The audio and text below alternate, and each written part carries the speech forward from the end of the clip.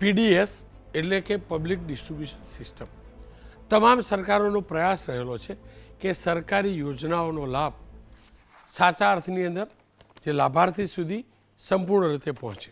પણ હકીકત છે કે અનેકવાર એમાં ગડબડીની શિકાયતો ફરિયાદો આવે છે. આપણી સરકારે, આપણી ગુજરાતની સરકારે એક અદ્ભુત પહેલ કરી છે અને અંતર્ગત પ્રાયોગિક ધોરણે અમદાવાદના સાબરમતી વિસ્તારમાં પહેલું અનાજનું એટીએમ શરૂ કરાયું છે. આજે સાથે જ ગુજરાતની સસ્તા અનાજની દુકાનોમાં આજથી ડિજિટલ કૂપનોનો ઉપયોગ શરૂ કરાયો છે.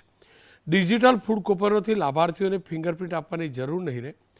QR કોડ સ્કેન કરવાથી લાભાર્થીને મળવાપાત્ર અનાજનો જથ્થો પૂરતો મળશે. વ્યાજબી ભાવની દુકાને લાભાર્થીઓ માટે કેટલો જથ્થો ક્યારે પહોંચ્યો, ક્યારે કયા લાભાર્થી કેટલો જથ્થો લઈ ગયા તેનું પૂરું સર્વેલન્સ રિયલ ટાઈમ મોનિટરિંગ ગાંધીનગરથી થઈ શકશે. આપ એ દ્રશ્યો જોઈ શકો છો.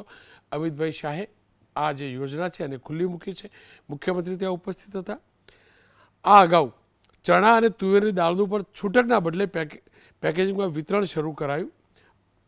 ગ્રાહકોની ફરિયાદ હતી કે દુકાનદારો ઓછું અનાજ આપે છે, તો ગ્રાહકોની ફરિયાદ અને ભ્રષ્ટાચારને રોકવા સરકારે આ મહત્ત્વની પહેલ કરી છે. પ્રાયોગિક ધોરણે આ પહેલ શરૂ થઈ છે. યોજનાનું નામ પણ અદ્ભુત અપાયું છે, અન્નપૂર્તિ. આશા અને અપેક્ષા રાખીએ આ યોજના જમીન ઉપર સાચા અર્થમાં ન માત્ર પાયલોટ પ્રોજેક્ટ પણ આખા ગુજરાતમાં સફળ થાય, આખા દેશની અંદર એક નવી રાહ ચિંધાય અને ગરીબો માટે ફળવાતું અનાજનો એક એક દાણો મારા ગરીબ સુધી પહોંચે.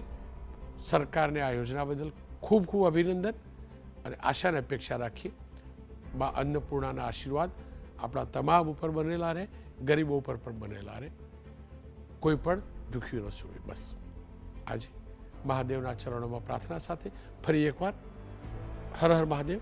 શિવરાત્રિની આપ તમામને ખૂબ ખૂબ શુભેચ્છા.